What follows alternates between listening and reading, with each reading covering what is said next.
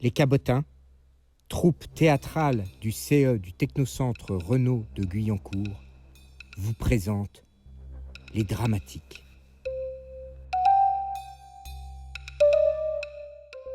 En ces temps de confinement et de déconfinement, nous avons trouvé savoureux de laisser nos esprits errer sur les récits journalistiques de Timothée Trim. Trim, vous ne le connaissez pas. Au XIXe siècle, il y a un peu plus de 100 ans, même Victor Hugo se félicitait d'être cité par lui. Il était le journaliste le plus célèbre de France, tirant son petit journal à plus de 200 000 exemplaires. Ancien détective de Vidocq, grand aventurier, découvreur de Baudelaire et tant d'autres, il fut un œil extraordinaire, un œil épiant, contemplant et racontant. Il est vrai que cela nous replonge dans un esprit très 19e siècle, avec ses inflexions et réflexions légèrement surannées. Ce prisme nous semble fort intéressant pour scruter notre présent.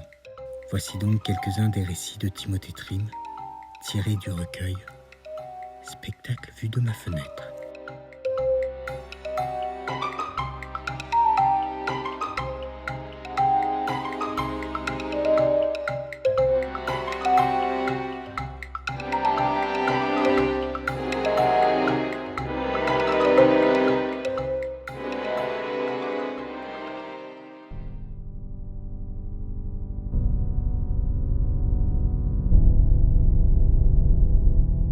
Les élèves en médecine. Mes excellents confrères du Petit Journal vous ont raconté hier cette émouvante histoire de l'hospice Beaujon à Paris.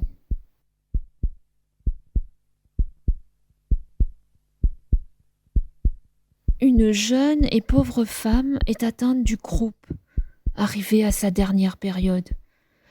Elle entre dans la section confiée au docteur Moutard-Martin. L'asphyxie gagne du terrain. La mort est certaine si la science ne trouve pas une inspiration.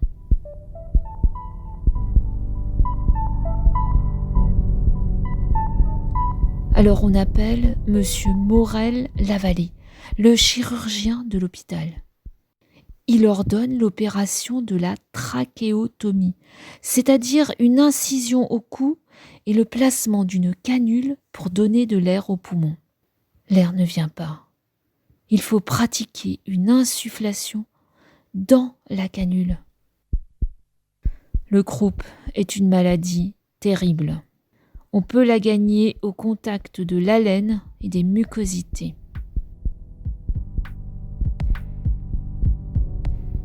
Un élève, M. Magnier, commence l'insufflation. Messieurs Béret et Delfaux, élèves externes, la continuent. Un externe, M. Blumenthal, les remplace. Et M. Magnier, qui a donné l'exemple, recommence l'épreuve. Enfin, un dernier élève, M. Maurice Reynaud, fait un essai d'insufflation, malheureusement inutile.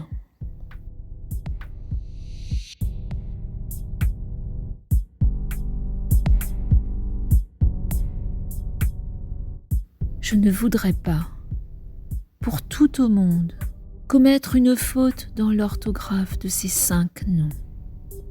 Rien n'est plus beau que ce simple dévouement, rien n'est plus louable que ce franc mépris du trépas, bravé dans l'intérêt de la science et de l'humanité.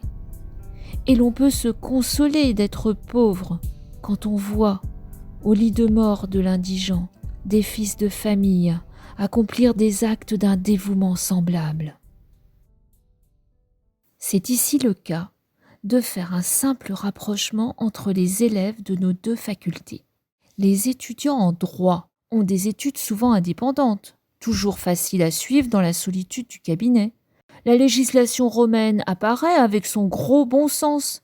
Les coutumes légales sont une sorte de revue de chaque terroir, un voyage dans chaque province. On arrive des lois anciennes au code Napoléon avec de l'application, de la mémoire, de la vocation, et les honneurs de la thèse sont, sinon faciles, du moins possibles pour tous.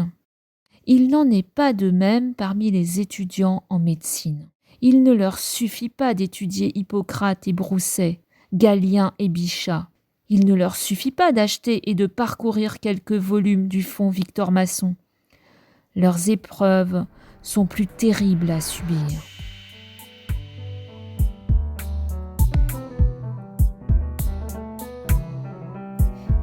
Il vient un moment où l'élève en médecine, cet homme d'aujourd'hui qui était enfant hier, cet écolier plein de jeunesse, de gaieté, d'espérance, d'illusion, se trouve placé face à face avec la mort.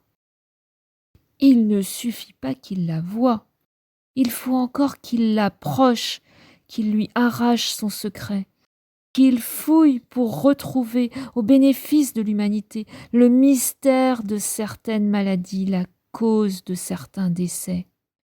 À ce contact, bien des courages s'amollissent et nous ne devons pas les railler. Un homme de grande valeur peut faillir devant le glacial réalisme de l'amphithéâtre. Un maréchal de France disait « Je connais les morts du champ de bataille. Ils sont superbes. J'ai vu les morts des hôpitaux. Ils sont terribles. » Donc, une grande partie des élèves en médecine abandonnent leurs études pour cause de trop vive sensibilité. Ce n'est pas le danger qui les éloigne, la jeunesse est brave. Non, c'est une sorte de respect superstitieux, une pitié mêlée de vénération. Mais ceux qui restent, ceux qui ont pris l'habitude du cadavre, ceux-là sont vraiment les vaillants. Ils ont la jeunesse des néophytes et ils ont l'expérience des doyens. Ils naissent à la vie et ils étudient la mort.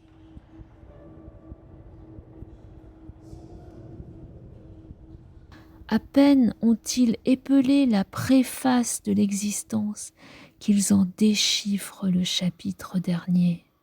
Dans ce mélange charmant des vertus de l'adolescence et des héroïsmes de l'homme mûr se trouve le germe de tous les dévouements. Et les braves élèves de l'hospice Beaujon ont eu de nombreux devanciers. Au temps du choléra, les élèves des hôpitaux de Paris furent splendides.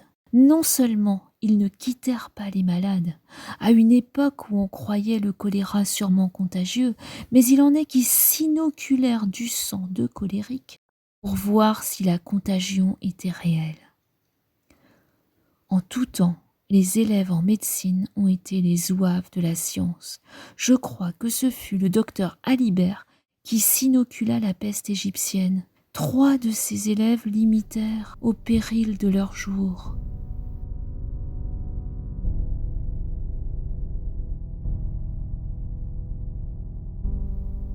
L'élève en médecine, placé dans un hôpital, commence son apostolat scientifique et moral d'une façon saisissante.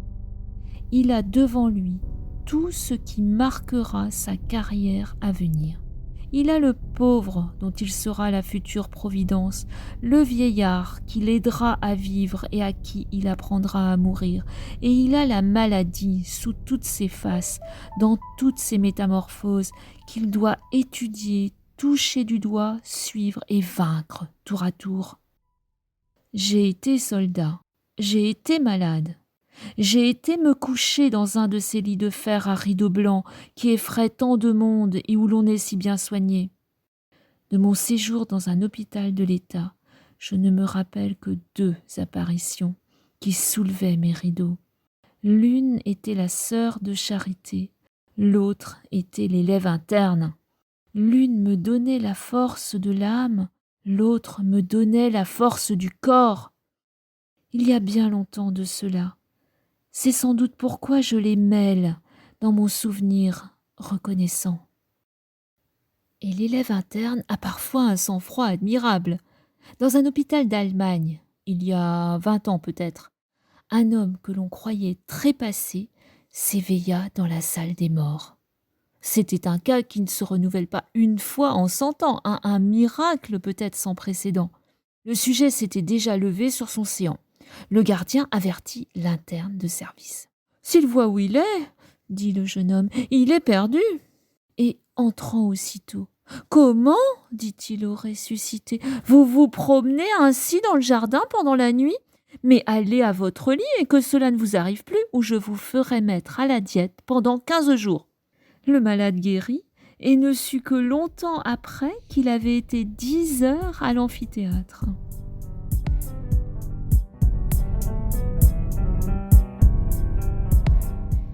L'élève en médecine apprend la vie en apprenant son art.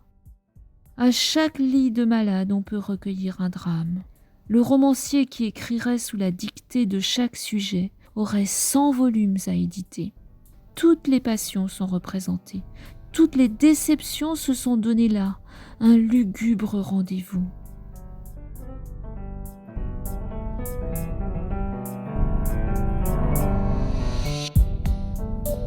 Aussi, quand il arrive parmi vous, ô mes lecteurs des bourgs fleuris, quelques graves médecins de 25 ans, aux boucles blondes ou noires, qui maugréent de ne pas être un peu chauves et se feraient volontiers des rides avec du noir, comme au théâtre. Ayez confiance en lui, malgré son front uni, sa jeunesse, sa gaieté.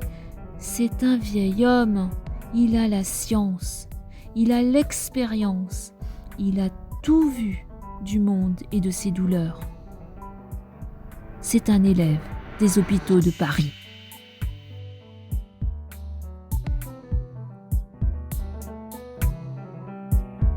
C'était Les élèves en médecine de Timothée Trim, narration Annie Blondel, musique SHS, réalisation Godefroy Segal, pour la troupe des Techno-Cabotins.